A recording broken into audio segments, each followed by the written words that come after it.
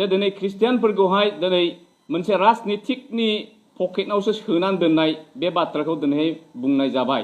खुलुमबाय रायजोफोर, जोंनि बर' हारिखौ जौगालांनायनि नाम खालामनानै माने पलिटिक्सआव माने गावसोरबो दावराव, बेनि गेजेरावबो आरो बर' हारिनिखौ लानानैनो माने धोरोमनिबो दावहा जासिगोन नामा, धोरोमजों धोरोमबो दावहा जासिगोन नामा जोंनि बर' हारिनि गेजेरावनो।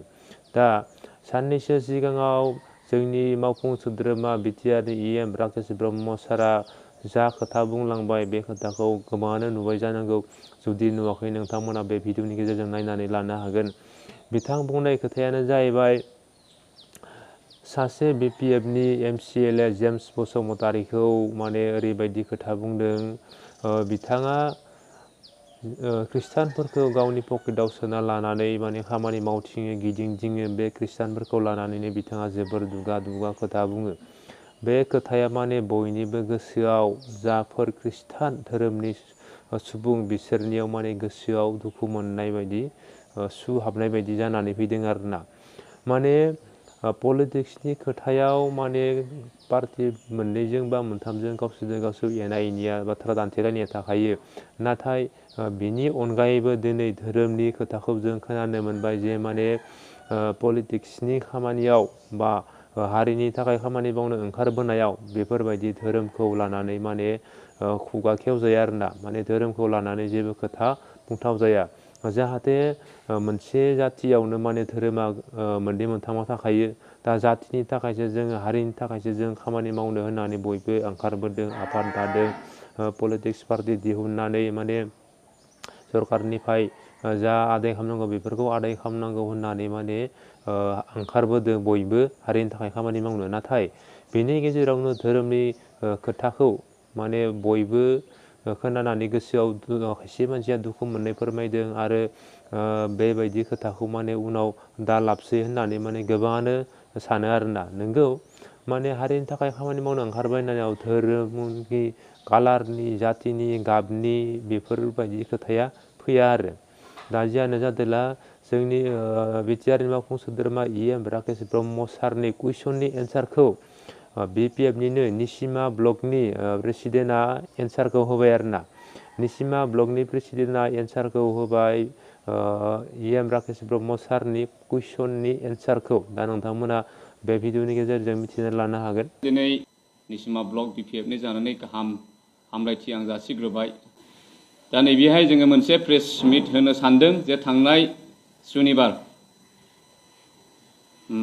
12 तारिख 10 मार्च 2024 आव जोंनि बिटिआरनि दानि जितु EM राकेश सारा जोंनि निसिमाव फैनानै जोंनि निसिमानि 16 नं निसिमा समस्तिनि बारग' EM तथा दानि MCLA जेम्स बसुमतारीनि सायाव साबजाथारै आनकनस्टिटिउसनेल माखासे एलिगेसन बिथाङा लाबोदों। बिनि सायाव फंनैसो खेंफेरथि होनो थाखायहाय दिनै जों निसिमा ब्लकनि जानानै दिनै प्रेस मिट खालामदों। दा जाहैबाय राकेश बिथांनिसिम ब्लकनि जानानै आङो खावलायनो सानदों आरो बुंनो सानदों, बिथाङा दानि जे बिटिआर बिनि EM, नाथाय बिथाङा बे निसिमा 16 नं निसिमा समस्तिनि सायाव बिथाङा जेबो गियान गैया।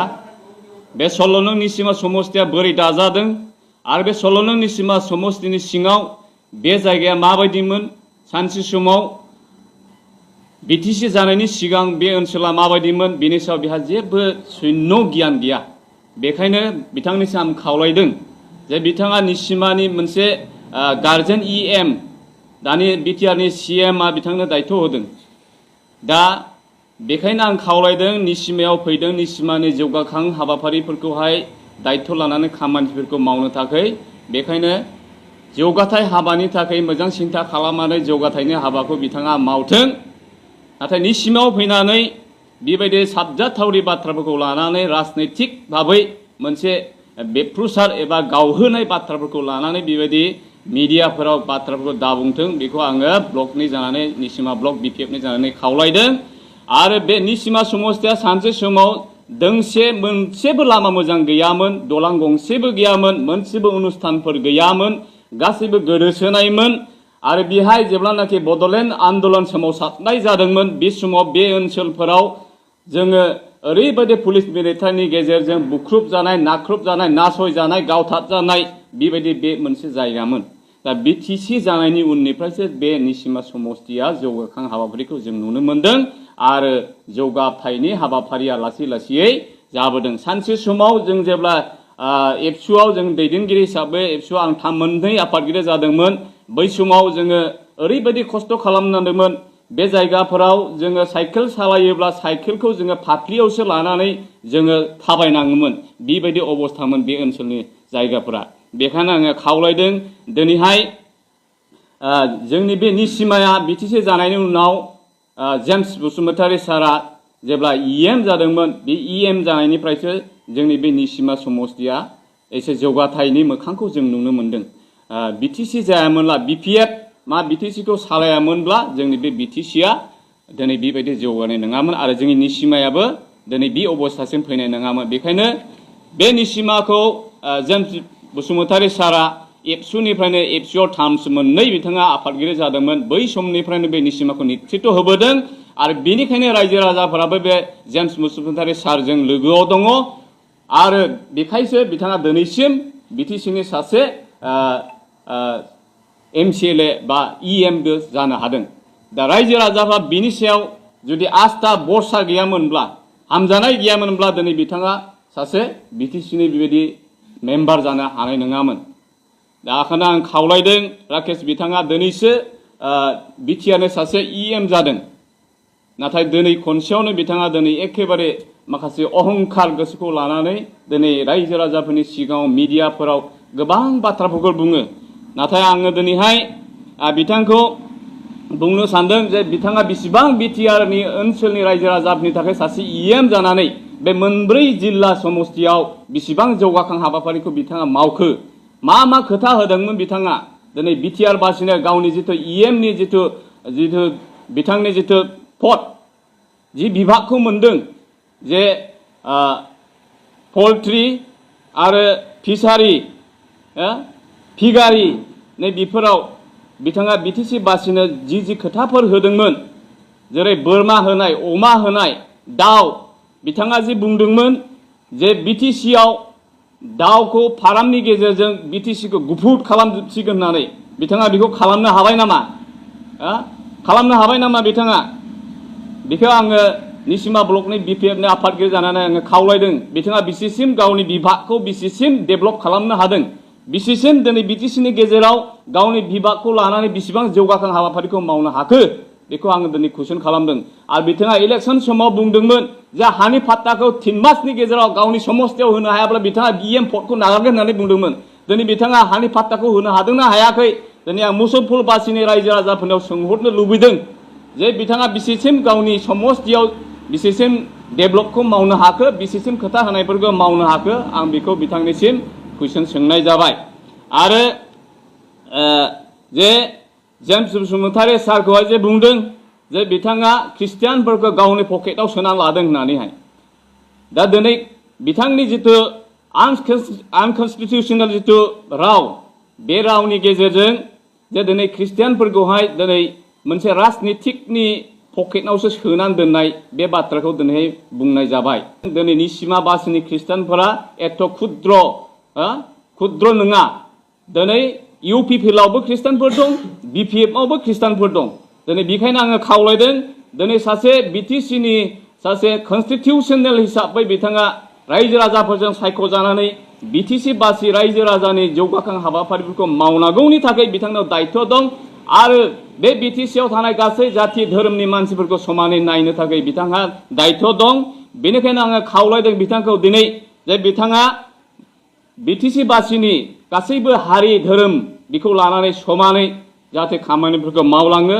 बेखौ आङो खावलायदों मोनसे राजनितिकखौ लानानै जे राजनितिक लाभालाभनि थाखाय बिथाङा धोरोमखौ लानानै बेबायदि पार्टिखौ बेबायदि बाथ्राखौ बुंनो नाङा जे मोनफ्रोमबो राजनितिक हान्जायाव गुबुन जाति धोरोम गासैबो थायो दा बेखायनो मोनसे राजनीतिक हान्जाया मोजाङै आवगायलांनांगौब्ला बेहाय मोनफ्रोमबो जाथि धोरोमनि मानसिखौ लानानैसो आवगायलांनांगौ। बेखायनो आङो खावलायदों जे बिथाङा बेबायदि बाथ्राखौ आरो दुनाय इयुननि समफोराव जाहाथे माब्लाबाबो बुङा बेखौ आङो खावलायदों।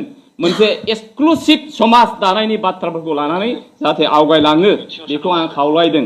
नाथाय दिनैहाय नुनो मोन्दों सासे इएम जानानै बे इएमनिफ्राय दिनै बेबायदि बाथ्रा ओंखारनायखौ दिनै सारा बिटिसिनि समाज सिबियारि समाजखौ मोजां मोनग्रा दिनै इन्टेलेक्सुवेलफोराबो दिनै बेखौ हामजानाय मोनाखै। बेखायनो आङो खावलायदों बेबायदि बाथ्राफोरखौ जाहाथे बुङा। जेब्लायबो ससियेल मिडियायाव नुयो बिथाङा बेबायदि कन्ट्राडिक्टरि बाथ्राफोरखौल' बुंनायखौ नुनो मोन्दों। बेखायनो आङो खावलायदों सासे इएम हिसाबै इएमनि मर्यादाखौ लाखिनानै जाहाथे बाथ्राफोरखौ बुङो बेखौ आङो खावलायदों। जा गोसोआव फैयो बेखौल' बे बाथ्राफोरखौनो बिथाङा बुङो। बिथांखौ आं दिनैहाय आंनि बेक्तिगत नलेजजों आङो सिन्था खालामनानै मोन्दों बिथांनाव जेबो गियान गैया। सासे लावखारनि समान बिथाङा बाथ्राफोरखौ बुङो। बेखायनो आं खावलायदों सासे लावखाराबो बेबायदि बाथ्राफोरखौ बुङा। दिनै इएम जाबाय सारा बे बिटिसि मोनब्रै मोनबा जिल्लानि रायजो राजाखौ बिथाङा नायनांगौ बेंनांगौनि बाथ्रा दङ। समाजखौ मोनसे थिग सिदा लामाजों दैदेनलांनांगौ। मोनसे जौगाखां गुबुन गुबुन जौगानाय डेभेलपमेन्ट हादरफोरजों समानै जोंनि बिटिआरखौबो लांनांगौ। बे हिसाबैहाय मोनसे मोजां शिक्षित भाबै जाहाथे समाजखौ दैदेनलाङो बेखौ आङो खावलायदों। दिनै बुङो दिनैहाय बिटिआरनि जितु सिएम एबा बिटिआरनि इएमफोर दिनै रावबो बिपिएफनि MCLA बिपिएफनि नेतृत्व दैदेनगिरिफोरनो जेबो खामानिखौनो हरखाया। बिसोरो सोरबा बिनो थांब्ला बे बिपिएफनिसो होननानै बुंनानै हरखायो। होमबा बेबायदियाव बोरै बिहैनाय जोंनि बिपिएफनि MCLAफोरा हरखायाबा आरो जुदि एथ'ग्राब समस्तिफोरखौ अनग्राब्ला हर साफ्रोमबो बिपिएफनि ना बिपिएफ ना इउपिपिएल ना बिजेपि बयबो MCLAफोरनो बिटिसिआव फैनाय बाजेटफोरखौ राननानै हर। अब्लाथ' बिसोरो फैनानै डेभेलपमेन्ट खामानिफोरखौ गावनि समस्तियाव मावगोन। दिनै हरखाया।